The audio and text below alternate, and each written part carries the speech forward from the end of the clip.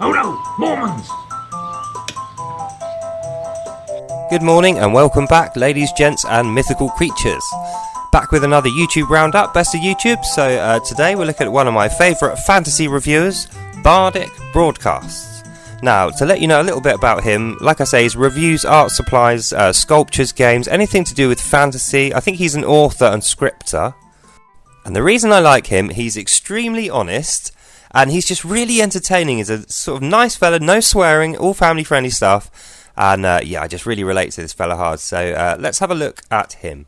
Never mind any of that. The best thing about HeroQuest is the gargoyle. Here he's reviewing HeroQuest. It's a 90s board game with all the pieces and dice, and it was quite expensive at the time. I never played it much, but I loved the look of it. I thought it looked cool, so he was obviously a person who played it. The best thing about HeroQuest is the board. Look at its beautiful, vibrant colours and its perfect square-ish shape. The side of the board had a curious sign on it that said for players 10 to 80. I think I must have been 12. I did have this game, but I couldn't find anyone who knew the rules to play it with. Which I can tell you was a great shame. I really missed out. I so badly wanted to play this game. Magnificent, painted by the great fantasy illustrator Les Edwards. And it features grand prominence in this particular art book of the man. And well it should, for it is, without doubt, the best piece of art he ever produced. This style really works for me. He's really accurate. As a collector, you need to get all those little details. You need to not miss them. You need to get them right. And the way that he presents this, it just makes it easy to do that. So you barely miss a thing, and you don't even know you're doing it. Oh yes, there was never any doubt as to how much space a game of HeroQuest was going to take up, was there? No, sir. But what do modern games give us? Oh, they're obsessed with modular dungeon tiles, and that's terrible. It's very clever. There's absolutely no gimmicks in the factual data. That's all there. But the presentation of the character is the gimmick. So there is a gimmick in the whole thing, but it's a really deep, subversive one. It works perfectly. The best thing about HeroQuest is the cards. What you see before you is the exact optimum number of cards required to play a heroic adventure game. No more, no less. Doing the performance of the character that well, it really brings the atmosphere of the game into the video, so it lets you feel like this is like how the game feels to play. So it's better than a written review, and it's quicker than a full video review. That enthusiasm is so infectious. An accurate bragging dwarf. Hey, just the other month I was playing in the local international poker tournament, and when it came time to reveal my hand, bam! Heroic brew! And I took home all the winnings, because after all, who's gonna argue? Nobody does this. Nobody does this these days.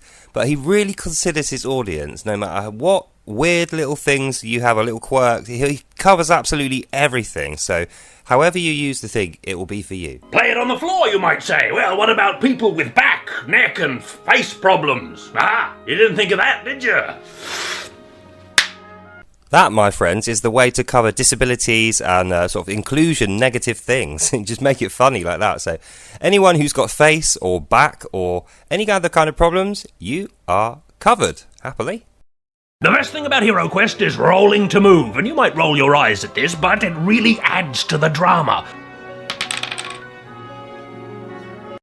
What a pro. Now, here is a man who knows how to serve his niche effectively.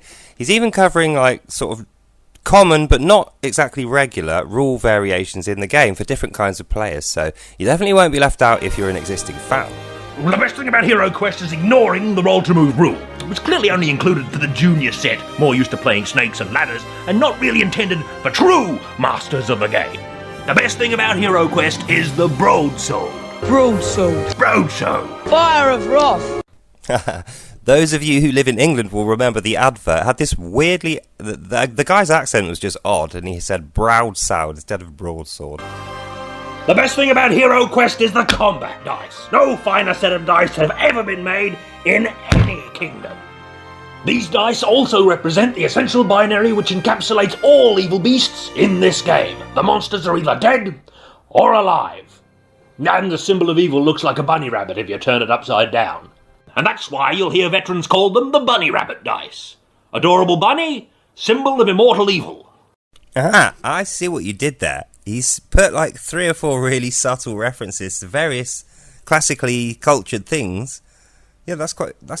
Look at the muscularity.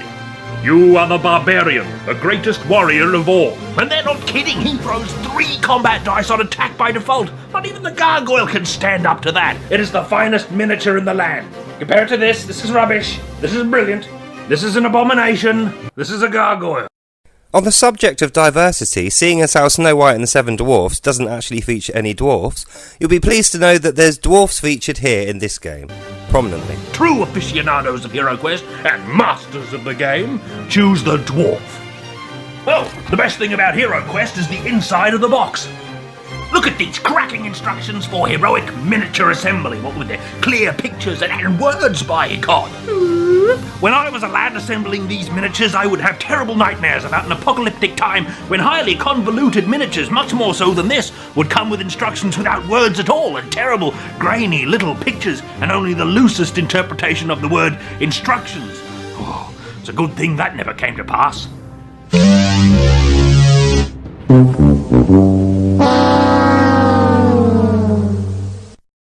And finally, before the end of the video, he goes through all the extra kit you can get, extra pieces, boards, characters, lore, books, rules, all that kind of stuff, and then actually shows you examples of why you might want to, why that might be good. So we'll have a look at those quickly before the end. The best thing about HeroQuest is the expansions, which you should immediately discard, because the only true way to expand HeroQuest is with more HeroQuest. It's the only way you can experience such cracking custom scenarios as the dreaded Fortress O' Peril and Gravity Land. And that's why HeroQuest is so great. HeroQuest is the best game ever made, and anyone who says otherwise is wrong. The best thing about HeroQuest is this tiny furniture. It is unequaled in all the realms. Anyone who owns this furniture but doesn't use it every chance they get, even in unrelated games, is a fool. And that's why HeroQuest is so great. So that's the guy. Go and subscribe, like all his videos. I think he's flipping fantastic. So yeah, show him some love like I always say, and tell him I sent you. And that's the end. So I hope you enjoyed that, and you go and check out Bardic Broadcast and others like him. And I'll see you in the next one. Bye then. Bye, bye, bye, bye.